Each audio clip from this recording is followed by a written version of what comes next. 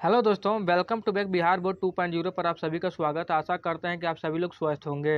आइए हम लोग जानेंगे कक्षा 10वीं का सब्जेक्ट हम लोग का है Hindi, chapter number 4। Chapter name हम लोग का है नाखून क्यों बढ़ते हैं का वीडियो ऑब्जेक्टिव क्वेश्चन लेकर आए हो। वीडियो का एंड तक बने रहें। डिस्क्रिप्शन में उसमें दिया गया है उसका लिंक, जाकर वहाँ से आप हिंदी, साइंस, सोशल साइंस सभी का ऑब्जेक्टिव आप क्लियर कर सकते हैं सब्जेक्टिव। चलिए दोस्तों, क्वेश्चन फर्स्ट देखते हैं। वीडियो के एंड तक बने रहें आप सभी लोग। नाखून क्यों बढ़ते हैं के निबंधकार कौन है? इसका आंसर होगा आचार्य हजारी प्रसाद द्विवेदी। प्रश्न संख्या 2, द्विवेदी जी ने निर्लज अपराधी किससे कहा है? इसका आंसर होगा नाखून को। प्रश्न संख्या 3, कामसूत्र किसकी रचना है? इसका आंसर होगा वात्स्यायन की। प्रश्न संख्या 4, शिक्षक का अर्थ होता है? इसका आंसर होगा मोम। प्रश्न संख्या 5, महाभारत क्या है? इसका आंसर होगा पुराण। प्रश्न संख्या 6 है, किस देश के लोग बड़े बड़े नख पसंद करते थे? इसका आंसर होगा गौड़ देश। प्रश्न संख्या 7 है, कौन छोटे नखों को पसंद करते थे? इसका आंसर होगा दाक्षिणात्य। प्रश्न संख्या 8 है, हजारी प्रसाद द्विवेदी का जन्म कब हुआ? इसका आंसर होगा 1907 ईस्वी में। प्रश्न संख्या 9 है, हजारी प्रसाद द्विवेदी का जन्म कहाँ हुआ? इसका आंसर होगा बलिया, उत्तर प्रदेश। प्रश्न संख्या 10, कौन मनुष्य का आदर्श नहीं बन सकती? इसका आंसर होगा बदरिया। प्रश्न संख्या 11 है, देवताओं का राजा से किन्हें संबोधित किया जाता है? इसका आंसर होगा इंद्र।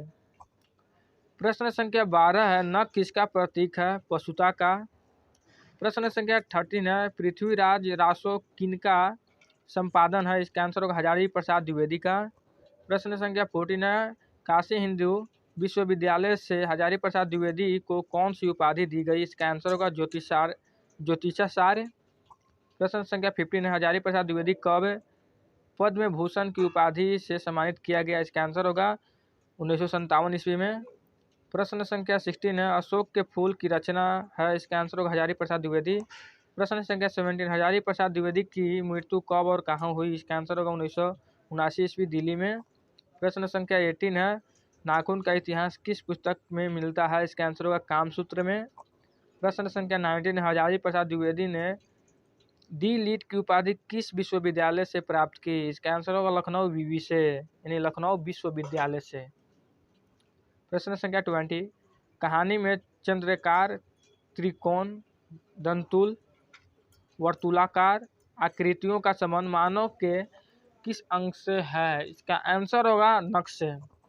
प्रश्न संख्या 21, अलक्त का अर्थ है? इसका आंसर होगा आलता। प्रश्न संख्या 22, द्विवेदी जी को साहित्य अकादमी पुरस्कार किस रचना पर मिला था? इसका आंसर होगा आलोक पर्व पर। प्रश्न संख्या 23, प्राचीन मानव का प्रमुख अस्त्र शस्त्र था? इसका आंसर होगा नाखून। प्रश्न संख्या 24, आर्यों के पास था? इसका आंसर होगा इनमें से सभी। प्रश्न संख्या 25, सब पुराने अच्छे नहीं होते और सब नए खराब नहीं होते, ऐसा किसने कहा? इसका आंसर होगा कालिदास ने।